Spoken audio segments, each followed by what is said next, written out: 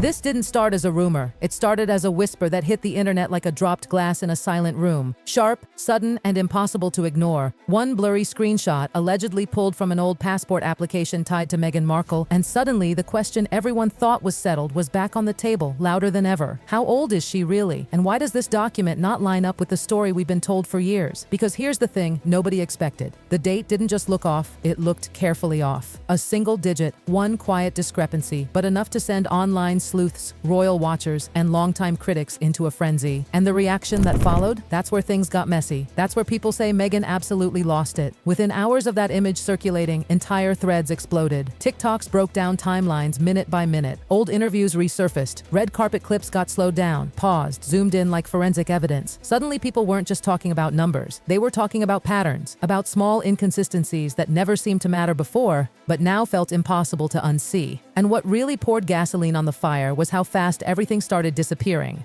Posts vanished, accounts went private. Videos that had hundreds of thousands of views suddenly showed content unavailable. That alone made people suspicious because the internet doesn't forget. And when something gets erased this quickly, it only convinces people that they were onto something. She's always wanted to keep him by her side.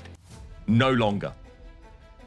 And this all kicked off. Celebrity makeup artist Daniel Martin. He's the man behind Duchess Meghan Markle's gorgeous wedding day look. She looked gorgeous. And I'm going to support my friend no matter what. Of course. And it was an incredible experience. Yeah. Screenshots kept circulating anyway, passed around like contraband, each repost adding a new layer of commentary, speculation, and barely disguised accusation. The alleged passport detail itself wasn't even flashy. No dramatic stamp, no bold headline, just a cropped image showing a birth year that didn't quite align with the official narrative Meghan has publicly maintained for decades. Not drastically different, just enough to raise eyebrows. Just enough to make people start counting backwards, lining up dates, and asking uncomfortable questions about early career milestones that suddenly felt rushed. People began pointing out how certain auditions, certain school timelines, certain early acting credits seemed to land a little too perfectly if that older birth year were true. Others dragged out archived blog posts, now deleted interviews, even congratulatory birthday messages from years ago that didn't all match up.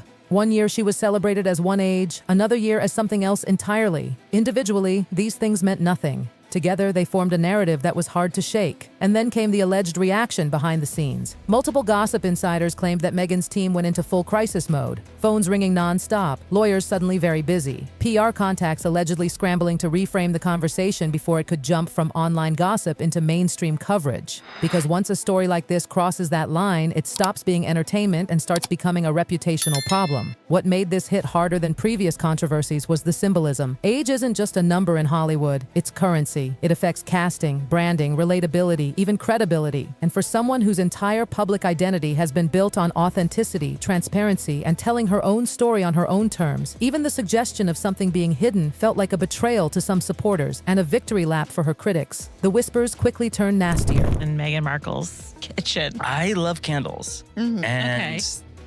I mean, I didn't realize. Some claimed the age discrepancy was intentional, a strategic move early in her career to stay competitive in an industry obsessed with youth. Others suggested it had nothing to do with Hollywood at all, and everything to do with crafting a narrative, positioning herself as younger, more relatable, more outsider when she entered the royal spotlight. None of it confirmed, all of it repeated endlessly. And then there was the silence. No immediate denial, no calm clarification, no friendly source rushing to shut it down, just quiet. And in gossip culture, silence is rarely interpreted as neutrality. It's read as tension, as panic, as someone trying to decide whether addressing the rumor will kill it or give it oxygen. Meanwhile, people started dissecting her public reactions. A sharp comment here, a visibly irritated expression there, a canceled appearance that suddenly felt very convenient. Online commentators swore they could see it in her body language. The stiffness, the forced smiles, the clipped responses. Whether that's fair or not didn't matter. The narrative had momentum, and momentum doesn't wait for facts.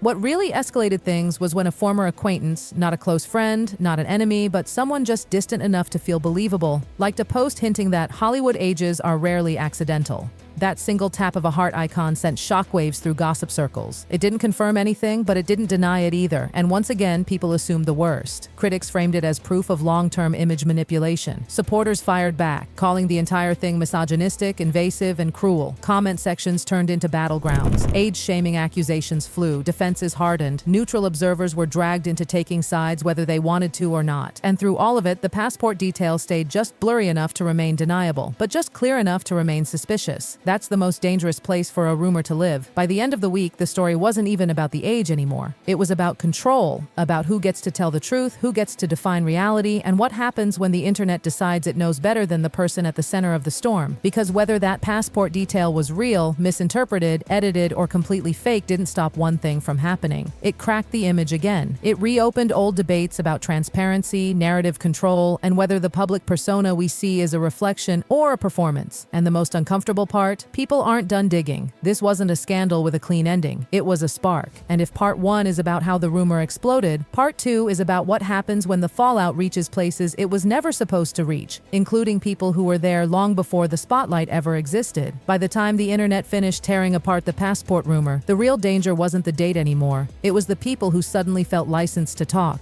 Because once doubt cracks open a story, it creates space. And into that space walked voices that had stayed quiet for years. Former classmates, early career acquaintances, background figures who were never famous enough to matter before, but were close enough to remember details. Not dramatic betrayals, not explosive interviews, just subtle comments sliding into threads like, "That doesn't line up with what I remember." Or funny, because she was older than us when... Small statements, huge implications, screenshots of yearbooks began circulating. Graduation years got debated like court evidence. Someone claimed she was already legally an adult when others in the same program were still minors. Another insisted she celebrated a milestone birthday earlier than publicly acknowledged. Again, nothing concrete, nothing provable, but the pattern was enough to keep the fire alive. And behind the scenes, insiders whispered that Meghan was furious, not scared, not confused. Furious. Furious that something so mundane could spiral this far. Furious that a detail so personal was being weaponized. Furious that people who had once been irrelevant now felt entitled to rewrite her story without her permission. That fury, according to gossip circles, showed itself in control. Events quietly adjusted, appearances recalibrated, messaging tightened. Even longtime friendly outlets suddenly received noticeably colder responses. One editor allegedly joked that it felt like walking on glass trying to ask anything even remotely biographical. The word age itself became radioactive. What made it worse was the timing. This all hit while Meghan's broader brand was already under scrutiny: authenticity, relatability, transparency, the very pillars she's leaned on since stepping away from royal life. And critics were ruthless in pointing out the irony. How can someone sell vulnerability while aggressively protecting basic facts? How can you demand privacy while monetizing your personal narrative? Supporters argued loudly that no woman owes the world her age, her timeline, or an explanation. That obsession with female aging is cruel, outdated, and deeply sexist. And they weren't wrong. But gossip doesn't operate on fairness, it operates on contradiction. And the contradiction here was irresistible. Then came the escalation no one expected. An anonymous source claiming to have worked with early casting agencies suggested that Meghan's listed age had shifted depending on the project. Not illegal, not uncommon, but damaging in context, especially when paired with the passport rumor, especially when the public already felt something wasn't adding up. The story mutated again. It stopped being, "Is her age wrong?" and became, "Why does her age keep changing depending on the moment?" That question lingered like smoke, hard to grab, impossible to ignore. Meanwhile, silence from Meghan's side stretched longer than usual. No statement, no clarification, no friendly correction slipped to a trusted publication. And in celebrity culture, prolonged silence is interpreted as strategy or weakness. Every day without response allowed speculation to harden. Some claimed lawyers advised her not to address it because any comment would legitimize a rumor built on nothing. Others believed the opposite, that responding would require providing documentation, which would invite even deeper scrutiny. Either way, the decision to stay quiet became part of the story. And then something subtle but telling happened. A scheduled appearance was abruptly canceled, officially blamed on logistical issues. Online commentators didn't buy it for a second. They connected dots that may not even exist, but once a narrative is rolling, coincidence dies first. To them, it looked like retreat, like regrouping, like someone realizing the internet wasn't done yet. The cruelest turn came when critics started framing the situation as manipulation rather than protection. They accused her of crafting an image so carefully that even time itself had been edited. That accusation, more than the rumor, is what truly threatens a public figure built on storytelling. Because stories are power, and when the audience believes you're changing the footnotes, they start rereading the entire book. By now, the passport detail almost didn't matter. What mattered was trust, or rather, the erosion of it. People began re-examining old interviews with new suspicion, watching carefully for moments where timelines were glossed over.